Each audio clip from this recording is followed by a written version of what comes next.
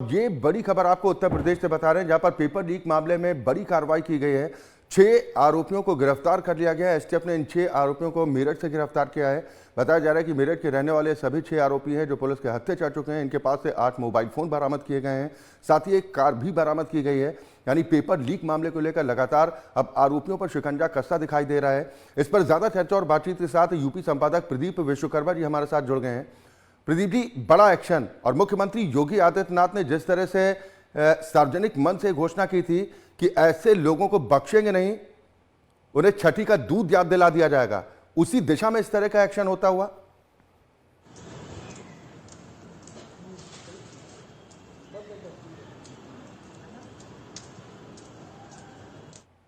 प्रदीप जी, आवाज मिल पा रही है आपको?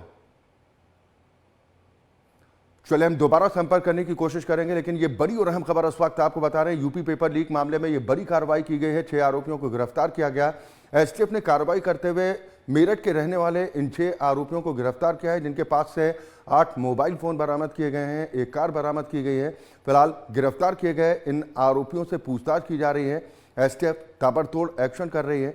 अब तक इस पेपर लीक मामले से जुड़े कई लोगों को गिरफ्तार किया जा चुका है और लगातार एक्शन तेज होता दिखाई दे रहा है। और मुख्यमंत्री योगी आदित्यनाथ ने खुद सार्वजनिक मंच से इस बात का ऐलान किया था कि पेपर लीक करने वालों को छठी का दूध याद दिलाया जाएगा। ऐसे लोगों पर एक ऐसी सख्त कार्रवाई की जाएगी जो आने वाले वक्त के लिए नजीर बनेगी।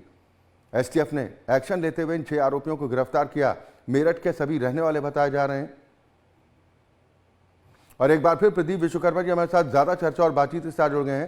प्रदीप जी, मुख्यमंत्री योगी आदित्यनाथ की तरफ से स्पष्ट निर्देश दिया गया था कि ऐसा एक्शन पेपर लीक के आरोपियों के खिलाफ किया जाएगा कि एक नजीर बनेगी, और उसी दिशा में एक्शन होता दिखाई दे रहा है।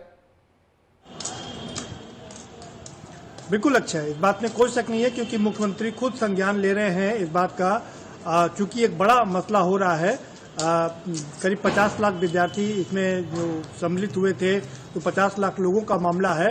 और मुख्यमंत्री, चूंकि चुनाव भी एकदम सामने है, लोकसभा का चुनाव है, मुख्यमंत्री किसी भी कीमत पर कोई भी रिस्क लेने के लिए तैयार नहीं है। उन्होंने स्पष्ट निर्देश दिया था कि जो भी दोषी हों उन पर कड़ी से कड़ी कार्रवाई की जाए, और इसीलिए इसकी जांच एसटीएफ को सौंप दी गई थी। हम जानते हैं एसटीएफ एक सक्षम वो है, वो जो भी टास्क हाथ में लेती है उसको पूरा करके छोड़ती है। तो इस मामले को लेकर के एसटीएफ जांच कर रही है। आज उस समय उनको बड़ी सफलता मिली जब 8 लोगों को अमेठी से उनको गिरफ्तार करने में कामयाबी मिली।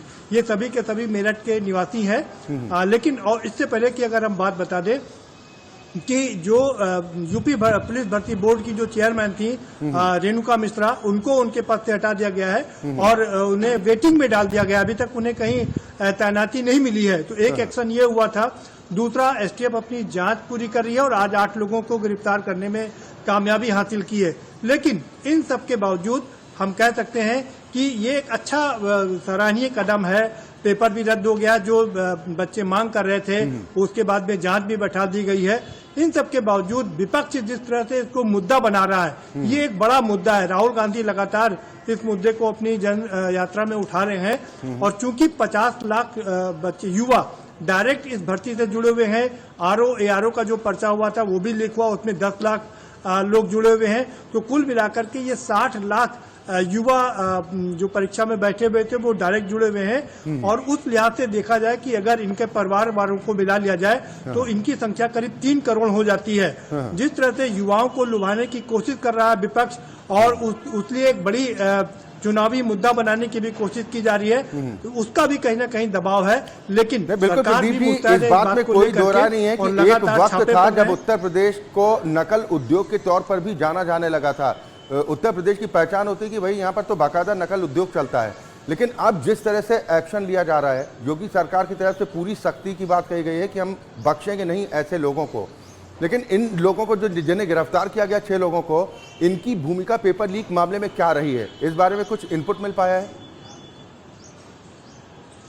बिल्कुल। देखिए, आपने बिल्कुल ठीक कहा कि कभी ये एक उद्योग बन गया था, एक बहुत बड़ा उद्योग हो गया था। नकल हम जगह जगह देखते थे, बिल्डिंगों में लोग चढ़ करके नकल कराते थे और एक पूरा माफिया इसमें संगठन सक्रिय इसमें अपना योगदान दे रहा था। लेकिन अब सरकार ने चूंकि कह दिया कि नकल माफियाओं पर नकेल कसी जाएगी, उनको रोका जाएगा और नकल को कभी भी बर्दाश्त नहीं किया जाएगा।